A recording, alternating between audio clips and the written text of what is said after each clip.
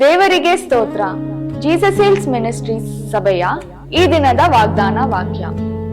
ಧರ್ಮೋಪದೇಶ ಕಾಂಡ 20ನೇ ಅಧ್ಯಾಯ 4ನೇ ವಾಕ್ಯ. ನಿಮ್ಮ ದೇವರಾದ ಯೆಹೋವನು ನಿಮ್ಮ ಜೊತೆ ಹೋಗಿ ನಿಮ್ಮ ಶತ್ರುಗಳ ವಿರುದ್ಧವಾಗಿ ನಿಮ್ಮ ಪರವಾಗಿ ಯುದ್ಧ ಮಾಡಿ ಜಯ ಕೊಡುವನು. ಪ್ರಿಯ ದೇವಜನರೇ, ಈ ದಿನ ದೇವರು ನಮ್ಮಲ್ಲಿ ಧೈರ್ಯ ನೀಡುತ್ತಿದ್ದಾರೆ. ಯಾವುದೇ ಕಷ್ಟ ಪರಿಸ್ಥಿತಿಯಲ್ಲಿಯೂ ನಾವೊಬ್ಬರೇ ಅಲ್ಲ. ದೇವರು ಸ್ವತಃ ಆತನೇ ನಮ್ಮ ಜೊತೆ ಇದ್ದು ನಮ್ಮ ಎಲ್ಲಾ ಶತ್ರುಗಳ ವಿರುದ್ಧವಾಗಿ ಹೋರಾಡುವೆನು, ಜಯ ಕೊಡುವೆನೆಂದು ವಾಗ್ದಾನ ಮಾಡುತ್ತಿದ್ದಾರೆ.